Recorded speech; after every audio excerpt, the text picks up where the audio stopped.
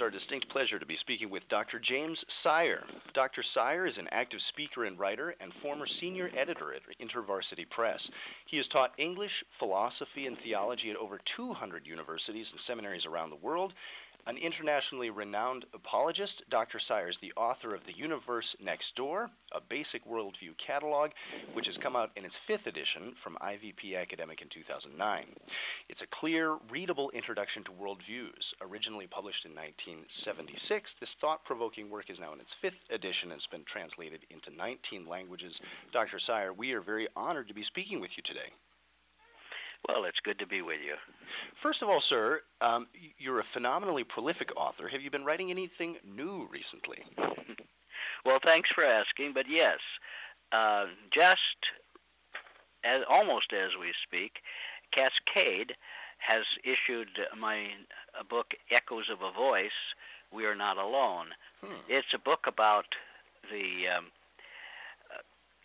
signals of transcendence, those special moments that strike us suddenly and without awareness and very deeply, that trigger the perception that there's something more to the universe than the material world.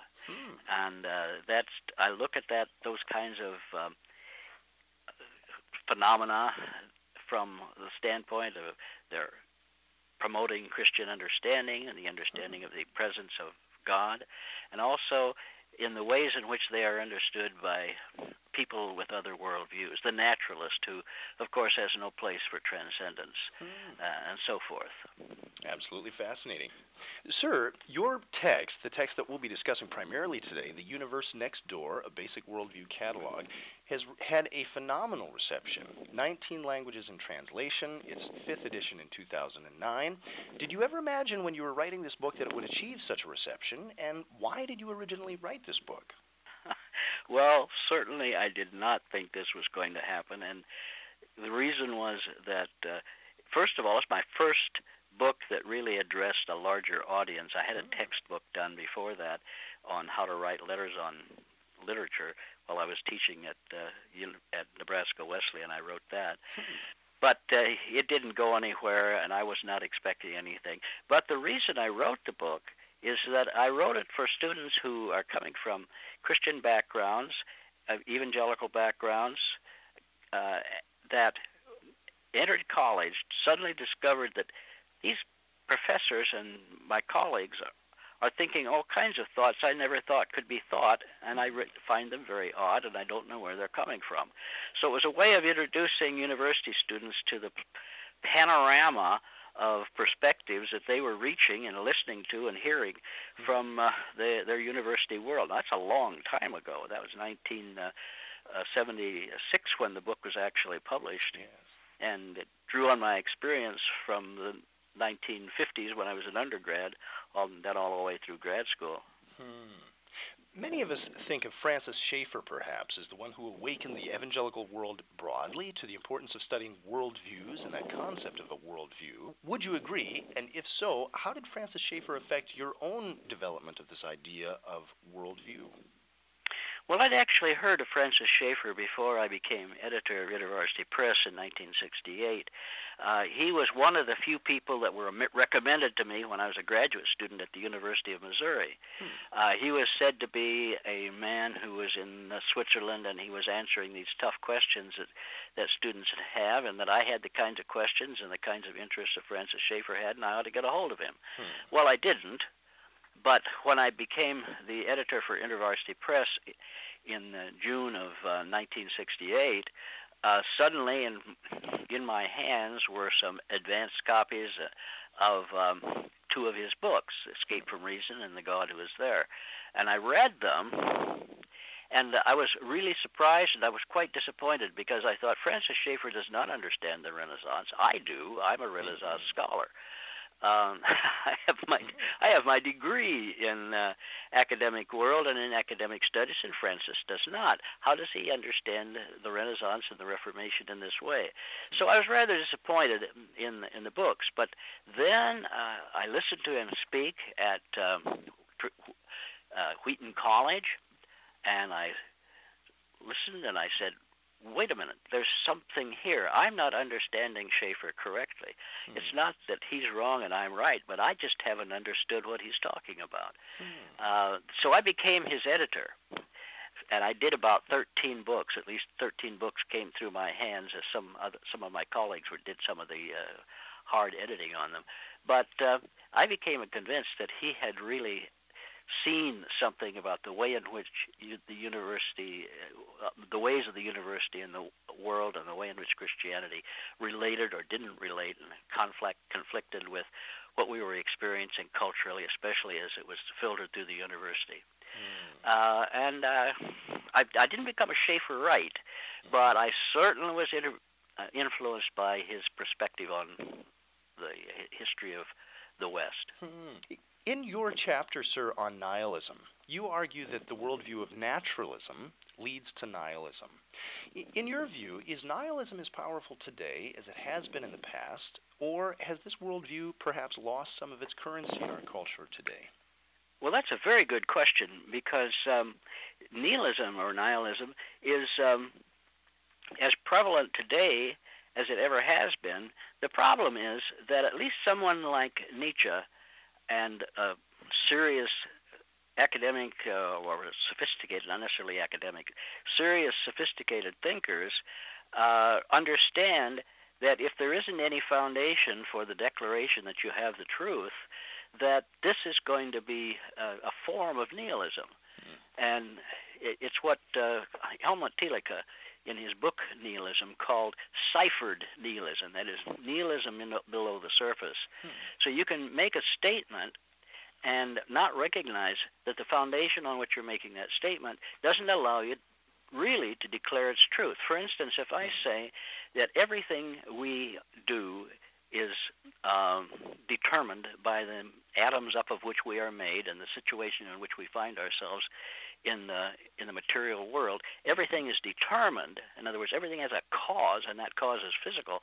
Then there's no reason to think that what comes out of those causes, like a text, a philosophy, has any claim on actually being true. It's only what your machinery has caused it to be, and that means that the notion of the kind of thing that Richard Dawkins proclaims can't possibly be justified as being true. So Dawkins is a nihilist, even though he would declare that he was not. So I think I hear you saying that actually it is as prevalent today as ever. It's just perhaps in a form that we don't immediately recognize. I don't think it was ever recognized very well, excepting by those who really thought about it, because there's a tremendous amount of optimism in the Enlightenment world, for instance, that introduced this notion that human reason was autonomous, that it could do things on its own. And one of the things it could do on its own, it could find some truth. Not all truth, but it could find truths about reality. But there would be no foundation no philosophic foundation, no ultimate foundation for the notion that you are understanding the mechanics of the world if all your mind is a machine. I remember a passage back in Thomas Aquinas' Summa Theologica where he devises or concludes that we must be free because otherwise our understanding of rationality doesn't work. Would you agree with his basic analysis there, that rationality requires freedom of thought? Yes. Yes, I do. There has to be some way of distinguishing between that which is and that which isn't, and that requires some kind of transcendence over the world of causation.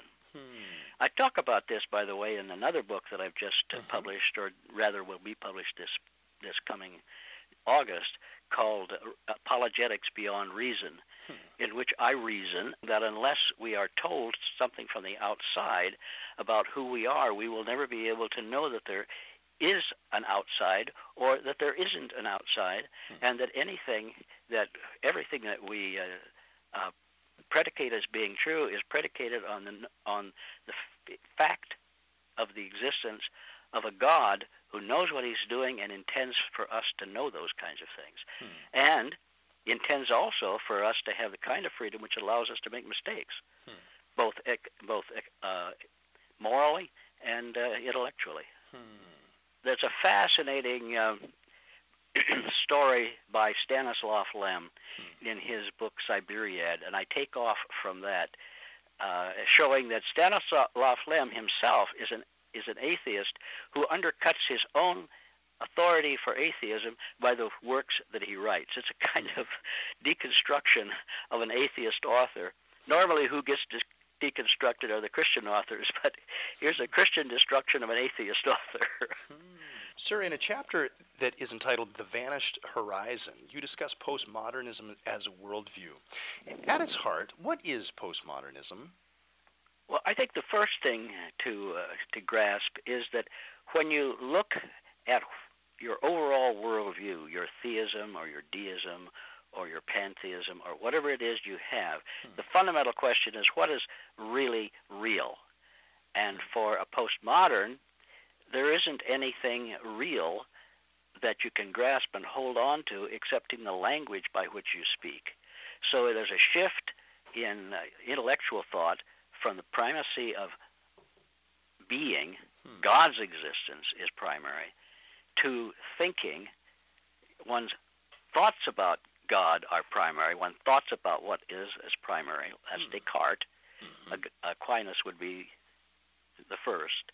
Descartes would be the primary first person who emphasized the priority of epistemology. I think, therefore I am. But then the thinking requires a language, and the language is that which you invent and which requires interpretation. And so when you get to the postmodern world, all you have left is interpretation. And so everything in front of you is a text which you interpret. And there's no authority for one interpretation being different or more primary or more authoritative than another story, another proclamation. So postmodernism is a move from trust in rationality, that's very modern, to a lack of trust in rationality, and with an acceptance of what you get when that's left over. It is a form of nihilism. Many speak of this shift from the primary of metaphysics in philosophy to the primary of epistemology, and some will talk about it happening with Descartes at this Cartesian moment. Is it possible to see that postmodernism is really this frustration with the whole epistemological project, rather than seeing metaphysics as necessarily the primary part of any philosophy, and therefore arriving at the conclusion, as you just drew for us, that postmodernism is the conclusion that language is all that actually is? Is it possible to reframe the whole question into this epistemological plane, and is that useful? Well, one of the things that is useful is to figure out how it is that one's locutions, one's language, could possibly be give you some sense of this is what's really going on. And I don't see how you can do that apart from a primary trust. It really, I've been accused of being a rationalist. I've been accused of being a mystic, but I've been accused of being a fideist. Well, I don't know where exactly I am. I just know that unless God has given us some things that we cannot prove that he has given us, in other words, the capacity to think and to acquire truth, we don't get anywhere. Would you be willing to postulate with us whether you believe postmodernism will continue as a dominant worldview for some time, or is part of postmodernism the announcement of the failure of modernism? I think it is an announcement of the failure of modernism, but I don't think that the postmodernists know where to go with it. Now, what happened back with Nietzsche, with his critique, which, by the way, a good deal of postmodernism sounds very much like Nietzsche, Nietzsche in modern dress, Nietzsche knew that you didn't have any other out than to say, you've got to determine this for yourself. You become the Übermensch, the overman, the man who is more than man, because this is the man who then declares by his own self, projects out by his own self, the reality that exists. He becomes a kind of God, an alternate God, substitute for the God who has projected his word into the world that makes the world meaningful. You now become the person who does that. And of course what happens then is you have pluralism leading to chaos. Pluralism leading to relativism leading to chaos. So I am kind of gloomy about that particular projection. I think only if we can come back to some kind of understanding of a God who reveals himself. Now, Islam doesn't have that problem, does it?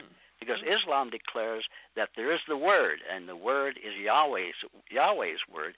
This is the Word of truth, and it exists only in Arabic, and you have to get into that conception before you have any knowledge of anything else. So they have a different problem, as Christians would have a different problem in arguing philosophically that they're incorrect there, because they agree with them on the primacy of God.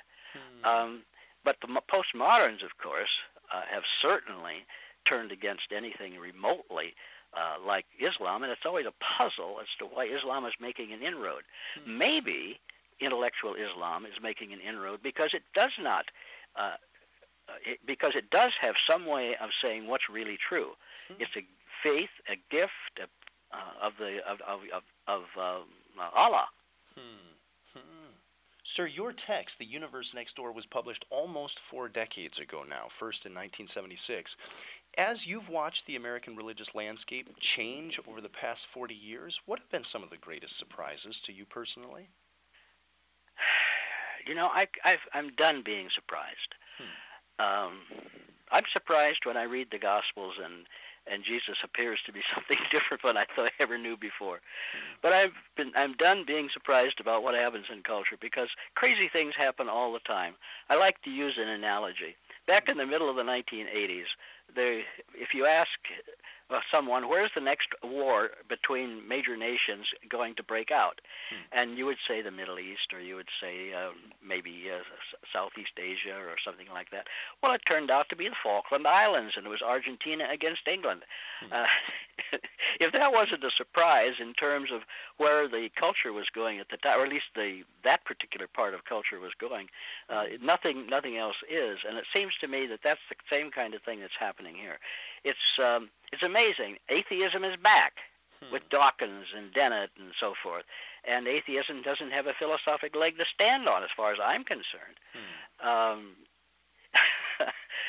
not surprised about much of anything anymore. Would you be willing to postulate? I just want to take advantage of this opportunity that I have to speak with you, and if you'd be willing to share your perspectives on some of these questions that none of us could answer, where is education going at this present moment? Well, there's another strange one. Education seems to be going digital. It seems to be going. Liberty University has.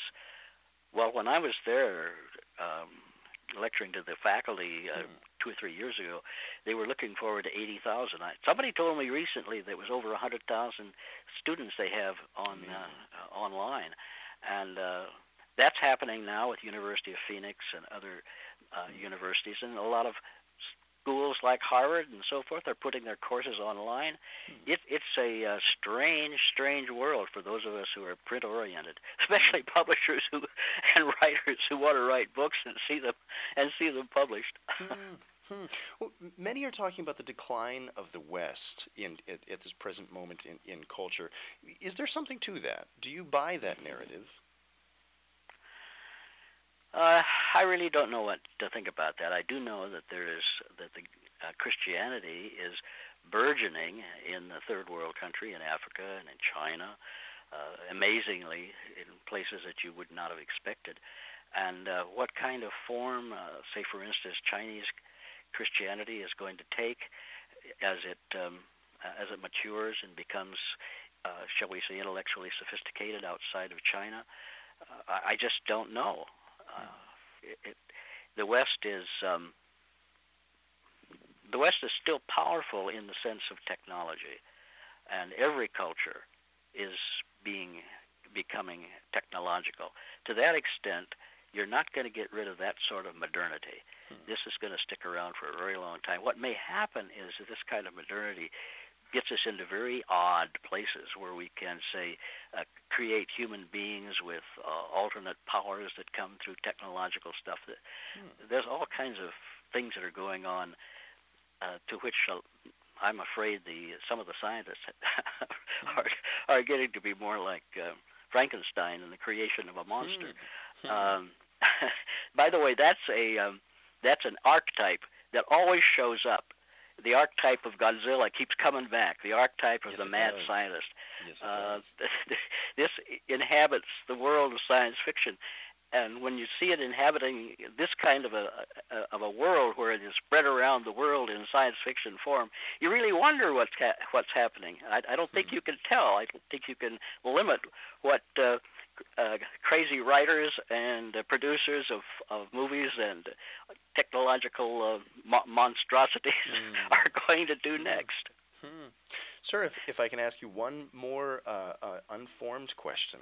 If you had the opportunity to start afresh and you had another career ahead of you, as the students who will be listening to this interview perhaps do, what would you say to them? What is the need for the church today, and what do young theologians need to be working on? Well, one of the things that we have to do that has become, we're getting better at it. What we have to do is to understand the culture that is around us, understand the commitments that are being made willingly and wittingly and unwittingly to the ideas to propel them. In other words, goals and aspirations that human beings have, and we've got to understand that and understand that there's a whole world out around us that's very pluralistic, very un-Christian in one sense of the word, and that we ourselves are both participating in that world and having it influence us, and we have the task as Christians and believers and under the Spirit of God and the witness of Christ to make that to make our contribution to this pluralistic world and make one which will be attractive and forward the kingdom of God. God is building His kingdom. I don't know where it's going. I don't see it in practical terms. I see pieces of it here, pieces of it there, but I'm sorry, I don't know where we're going in terms of the whole culture, and I don't even pretend to predict. But if I were teaching, I would want students to become aware of what's going on now and recognize that there is a future, and they're going to be living it, and they're going to be making it.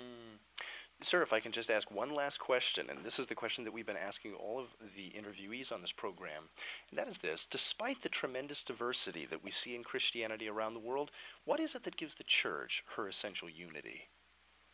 I think that's your zinger question. First of all, it assumes a fact, not an evidence. That is, that there is a unity. If there is a unity, it is clearly a spiritual unity, and a unity around the central character of the Christian worldview. The central character, meaning I mean by that the central person of the Christian worldview, which is the triune God, Father, Son, and Holy Spirit, with Jesus, our brother and the one to whom we owe our allegiance and to whom we wish to follow. That, it seems to me, if that isn't the center of the Christian world, then we are in really, really deep doo-doo. And this is the real Trinity with a reality, an ontological being that is stronger, more firm, more permanent than anything else. That's what will hold us together if we are held together at all. But sometimes I wonder. We've had the honor of speaking with Dr. James Sire. Dr. James Sire is an active speaker and writer and the former senior editor at InterVarsity Press, and also the author of the best-selling The Universe Next Door, a Basic Worldview Catalog, now in its 5th edition from IVP Academic. Dr. Sire, thank you so much for being with us. Thank you.